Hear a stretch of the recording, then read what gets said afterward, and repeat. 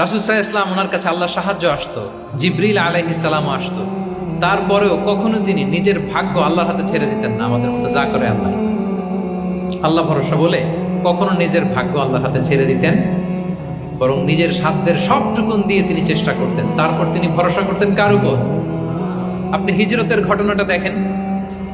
আল্লাহ যেদিন বললেন যে আজ রাতেই তুমি আর আবু বকর হিজরত করো, রাসূল সাল্লাল্লাহু আলাইহি ওয়াসাল্লাম ওই দিন দুপুরবেলা আবু বকর রাদিয়াল্লাহু তাআলা আনহুর ঘরে গেলেন। তিনি কখনো দুপুরবেলা বেরোন না, তিনি কখনো মাস্ক পরে বেরোতেন না। সেদিন তিনি মাস্ক পরে বেরোন, খারাজা মুতাকান্নিয়ান, মুখ ঢেকে বেরোন। আবু বকর রাদিয়াল্লাহু তাআলা আনহুর ঘরে যেয়ে বলেন, আবু বকর আখরিজ মান ফিল বাইত, ঘরে যারা আছে বের করে দাও, প্রাইভেট আলাপ আছে।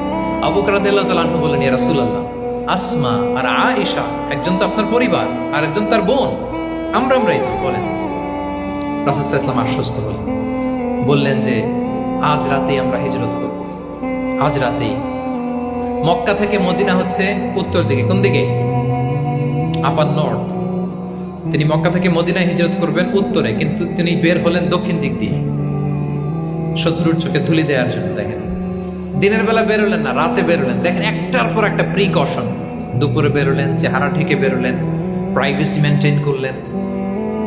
ডেস্টিনেশন এদিকে, বের হলেন এই দিক দিয়ে, সবার চোখের অন্তরালে তিনি বের হলেন। এবং তিনি আবু বকর রাদিয়াল্লাহু তাআলা আনহুকে বললেন, সবাই যেই পথে মদিনা যায় আমরা কিন্তু ওই পথে যাব না।